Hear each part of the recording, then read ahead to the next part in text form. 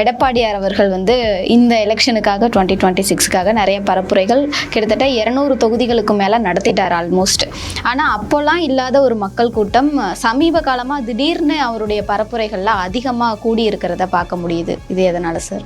இப்போ இன்றைக்கி தேர்தல் தேதி அறிவிக்கப்பட்டு தேர்தல் பரப்புரை வேட்பாளர்களுக்கு ஆதரவு அப்படிங்கிற நிலைமையில் போகும்போது இன்னும் கூட்டம் அதிக அளவில் இருக்குது. திமுக மீது மக்கள் கடுமையான அதிருப்தியில் இருக்கிறார்கள். ஆட்சி மாற்றம் நிச்சயம் வேண்டும். நேரடியாக இப்போ ஓட்டுக்கு 5000 3000 லஞ்சம் கொடுக்கறத தாண்டி அரசு கஜானாவில் இருக்க பணத்தை எடுத்து கொடுத்து லஞ்சமாக கொடுக்குற மாதிரி விவசாயிகள் திமுகவுக்கு நாங்கள் வாக்களிக்க மாட்டோம் அப்படின்னு உறுதிமொழி இருக்கிறாங்க.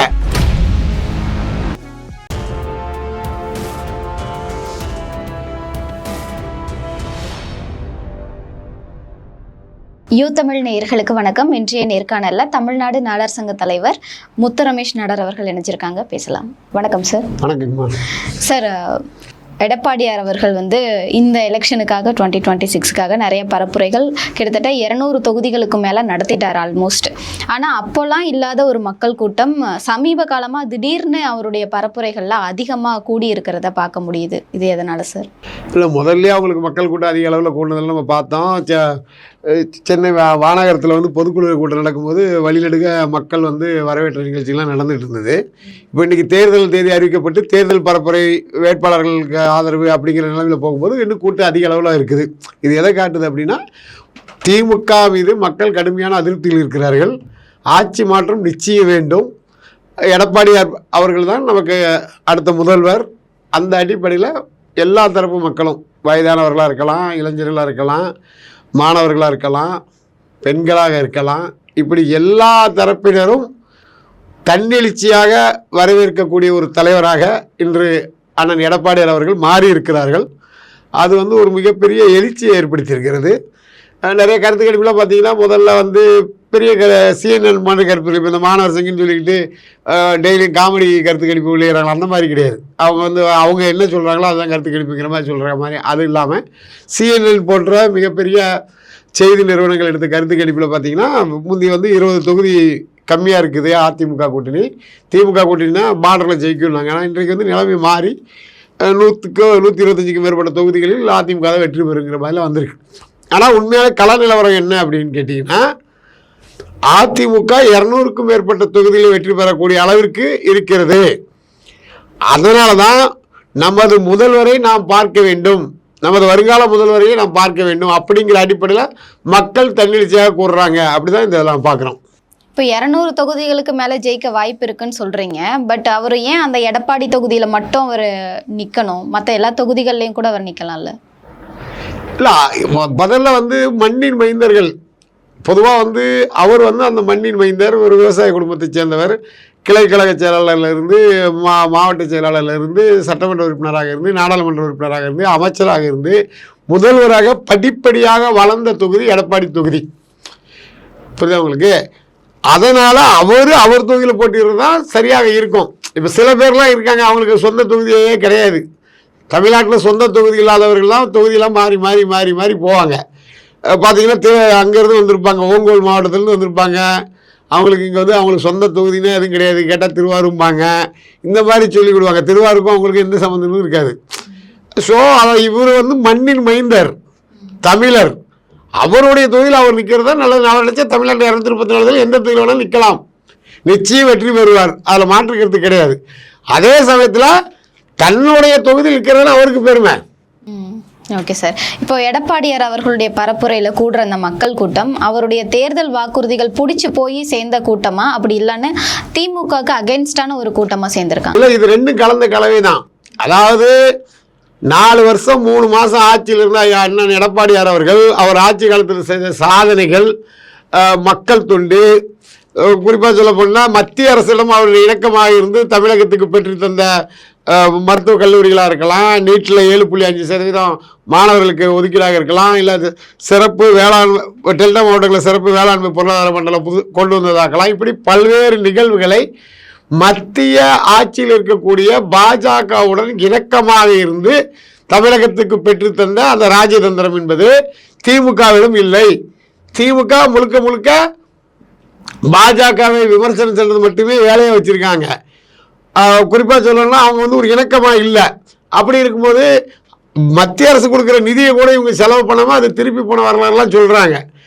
கடந்த 5 ஆண்டுகளில் வரலாறு காணாத அளவிற்கு 5 லட்சம் கோடி ரூபா புதுசாக கடன் வாங்கியிருக்காங்க. இப்படி பல்வேறு சூழல், அதேமாதிரி மக்கள் விரோத ஆட்சி அப்படிங்கிற மாதிரி மின்கட்டண உயர்வு, தேர்தல் வாக்குகள் என்ன கொடுக்காங்க, மாதத்துக்கு ஒரு தடவை நாங்கள் கணக்கெடுத்து ஏழை மக்களுக்கு பயனுள்ள செய்வாங்க. ஆனால் பார்த்தீங்கன்னா 3 தடவை விலை ஏற்றிட்டாங்க. கேஸ் சிலிண்டருக்கு மானியம் தருவோம் 100 ரூபா அப்படின்னாங்க. மத்திய அரசு 100 ரூபா மானியம் கொடுத்துட்டு, ஆனால் மாநில அரசு இது வரைக்கும் கொடுக்கவே இல்லை. பெட்ரோலில் மானியம் கொடுக்குறேன்னாங்க, கொடுக்கல. இந்த மாதிரி நிறையா இருக்குது. அதாவது மாணவர்களுடைய கல்வி கடனாக இருக்கலாம், வணிகர்களுடைய பிரச்சனைகளாக இருக்கலாம், டாஸ்மார்க் ஊழியர்களுடைய பிரச்சனையாக இருக்கலாம், மாற்றுத்திறனாளிகளுடைய பிரச்சனையாக இருக்கலாம். இப்படி பல்வேறு பிரச்சனைகள், எந்த பிரச்சனைக்குமே செவி சாய்க்காமல் இவங்க செஞ்ச ஒன்றே ஒன்று என்னென்னா ஸ்டிக்கர் ஒட்டுற வேலையை மட்டும் பார்த்தார்கள். அடுத்த தலைவர்கள் செய்த சாதனைகளை, இதுக்கு முன்னாடி ஆட்சியாளர்கள் செய்த சாதனைகளை ஸ்டிக்கர் ஒட்டுற வேலையை பார்த்தாங்க. இப்போ பாருங்கள், தேர்தலை அறிவிக்கிறதுக்கு ஒரு 2 மாதத்துக்கு முன்னாடி திடீர் திப்பினு கல்லூரி மாணவர்களுக்கு 50 லட்சம் பேருக்கு என்ன கொடுத்தாங்க, மடிக்கல்வி கொடுத்தாங்க. அந்த திட்டத்தை யார் கொண்டு வந்தது? முன்னாள் முதல்வர் ஜெயலலிதா அம்மையார் அவர்கள். அப்படி இருக்கும்போது கடந்த 4 வருஷமாக அவங்க அந்த திட்டத்தை செயல்படுத்தவே இல்லை. திடீர்னு ஓட்டு வாங்கணும், ஆட்சி தக்க வைக்கணும், அதுக்கு இது ஒரு ஐடியா. நேரடியாக இப்போ ஓட்டுக்கு 5000 3000 லஞ்சம் கொடுக்கறத தாண்டி அரசு கஜானாவில் இருக்க பணத்தை எடுத்து கொடுத்து லஞ்சமாக கொடுக்குற மாதிரி. திடீர்னு பாருங்கள், யாருமே 5000 ரூபா கேட்டாங்களா? எங்களுக்கு கோடை காலமாக இருக்குது, நாங்கள் ரொம்ப கஷ்டப்படுறோம், அரசியலுக்கு 5000 ரூபா கொடுக்கணும் யாராவது கேட்டாங்களா? யாரும் கேட்கல. இவங்களாகவே ஓட்டுக்கு கையிட்டு கொடுப்பதற்காக உலக வங்கிகளிலிருந்து வட்டிக்கு பணம் கடன் வாங்கி, யாரும் நம்ம அடுத்த ஆட்சிக்கு வர போதில்லை, ஏதோ ஒன்று வர்றதுக்கான முயற்சி பண்ணுவோங்கிற மாதிரி பல லட்சம் கோடிகளை கடனாக வாங்கி சும்மா வீண் விரயமாக செய்தார்கள். யாராவது கோரிக்கை கேட்டு இல்லை ஒரு நல்ல திட்டத்துக்கு செலவு பண்ணி அந்த மாதிரி பண்ணால் பரவாயில்ல. இவங்க அந்த மாதிரி எதுவுமே பண்ணாமல் முழுக்க முழுக்க மக்கள் விரோதாச்சு. அதுமாதிரி தமிழ்நாட்டில் சட்டம் ஒழுங்கு 100% கெட்டு போச்சு அப்படிங்கிற அளவிற்கு பல்வேறு நிகழ்வுகள் நடந்துச்சு. அது நம்ம தொடர்ந்து பல்வேறு நிகழ்வுகள் நம்ம பார்த்தோம். அப்படி இருக்கும்போது இவருடைய ஆட்சி நமக்கு தேவையா, அண்ணன் எடப்பாடியார் ஆட்சி தேவையா அப்படின்னு மக்கள் பார்க்கும்போது, எடப்பாடியார் ஆட்சி இவருடைய ஆட்சி ரெண்டையும் கம்பேர் பண்ணும்போது எடப்பாடியார் ஆட்சி வந்து மிக சிறந்த ஆட்சி, மக்களுக்கான ஆட்சி அப்படிங்கிறது மக்கள் புரிஞ்சுக்கிட்டாங்க.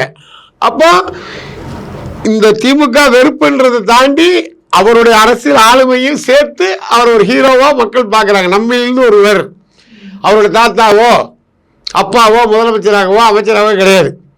அவர் ஒரு சாதாரண விவசாயி, மக்களுடைய கஷ்ட நஷ்டங்களை புரிந்து கொண்ட ஒரு தலைவர். அப்படிப்பட்ட தலைவரை பற்றி அப்படிப்பட்ட ஒரு தலைவர் தான் தமிழ்நாட்டுக்கு தேவை.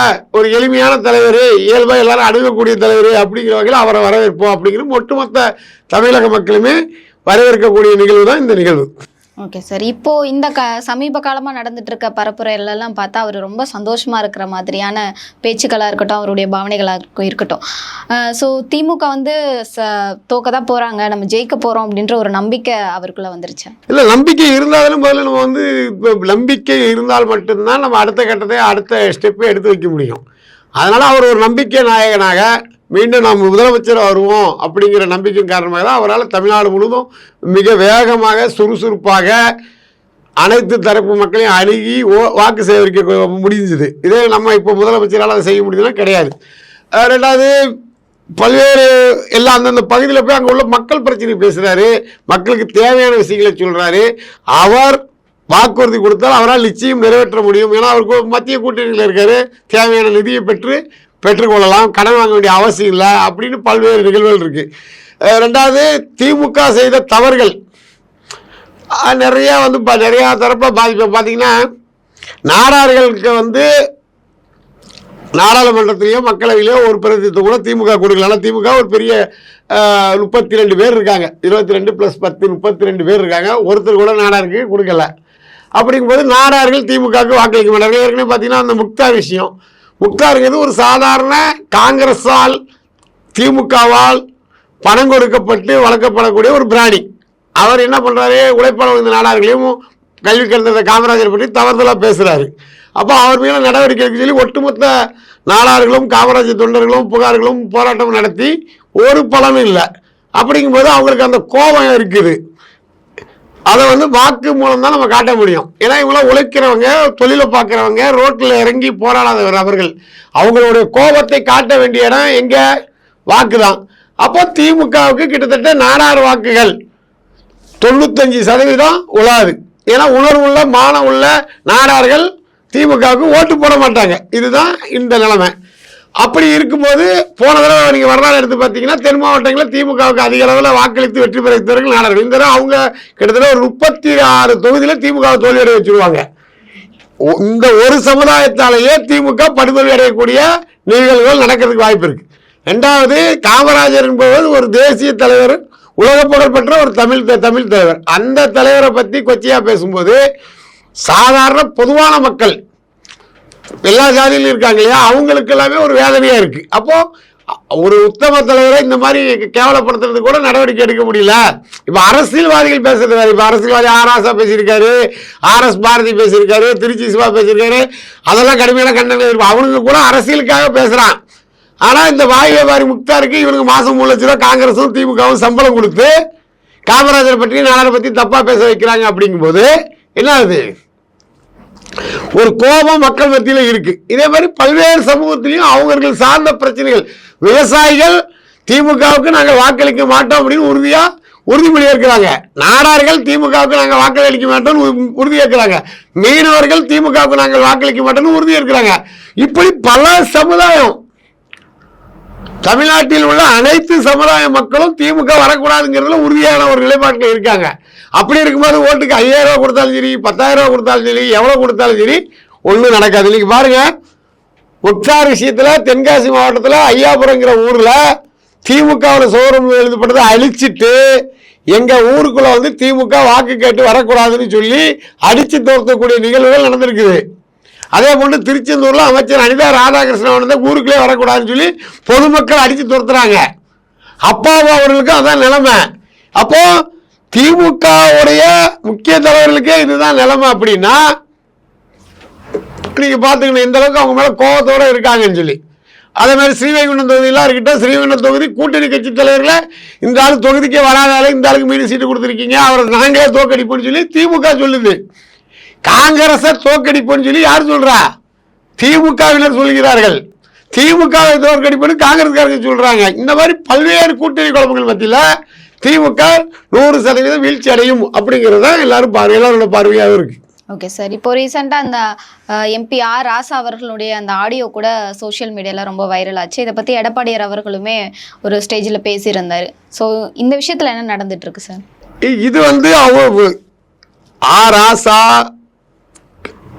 முதல்வர் ஸ்டாலின் அவர்களே கடுமையாக விமர்சனம் பண்றாரு. நம்மளே பேசக்கூடாத அளவுக்கு வார்த்தைகள்லாம் போட்டு விமர்சனம் பண்றாரு. அவர் பேசுறதுக்கு என்ன சொல்றாரு? என்னை வந்து அவங்களால நீக்க முடியாது, அவங்களுடைய மைனஸ் பாயிண்ட்லாம் நான் வச்சிருக்கேங்கிறாரு. அப்போ அதே அவர் சொல்ற மாதிரி தான் இவங்க வந்து இவ்வளோ ஆடியோ லீக்கேட் ஆச்சும் அவர் மேலே எந்த நடவடிக்கை எடுக்கல. அப்போ ராசா மீது திமுக தலைவர் MK ஸ்டாலினுக்கு ஒரு பெரிய பயம் இருக்குது. அந்த பயத்தை இது உறுதி செய்யுது.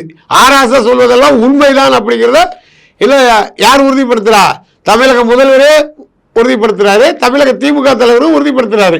இதே நம்ம ஒரு அமைப்பு நடத்துறோம், நம்ம அமைப்பில் உள்ள ஒரு நிர்வாகி நம்மளை பற்றி தவறாக பேசினா உடனே அவர் கட்சி விட்டு நீக்குமா நீக்க மாட்டோமா? அமைப்பிலிருந்து நீக்குவோம் நீக்க மாட்டோமா? இவங்க ஏன் நீக்க முடியல? காரணம் அவர் சொல்வதெல்லாம் உண்மை. சொல்வதெல்லாம் உண்மையா இருக்கும் பட்சத்தில் எப்படி நீக்க முடியும்? அப்படிங்கிற ஒரு நிலைமையின் காரணமாக இப்படி நடந்திருக்கு. ஏதோ ஒரு லாக் வச்சிருக்கேன்ற மாதிரி சொல்றாரு. ஆமா, அந்த லாக்கு அவர் தான் சொல்றாரு, நமக்கு எப்படி தெரியும்? லாக்கு இருக்கிறது உண்மை. அது என்ன மாதிரி லாக்குன்னு சொல்லி சம்பந்தப்பட்டவர்களுக்கு தான் தெரியும். அது அவர் வைத்திருக்கிற லாக்குங்கிறது உண்மையான லாக்குன்றதால தான் முதல்வர் மற்றும் கனிமொழி உள்ளிட்ட யாருமே இதை குறித்து வாயை திறக்கல, பேசல, சொல்லல, நடவடிக்கையும் இல்லை. அப்படிங்கும்போது இது 100% உண்மையாக இருக்குல்ல. கண்டிப்பா சார், உங்களோட நேரம் ஒதுக்கி தேர்தல் சம்பந்தமா நிறைய விஷயங்கள் சொன்னீங்க. நன்றி சார். நன்றிங்க.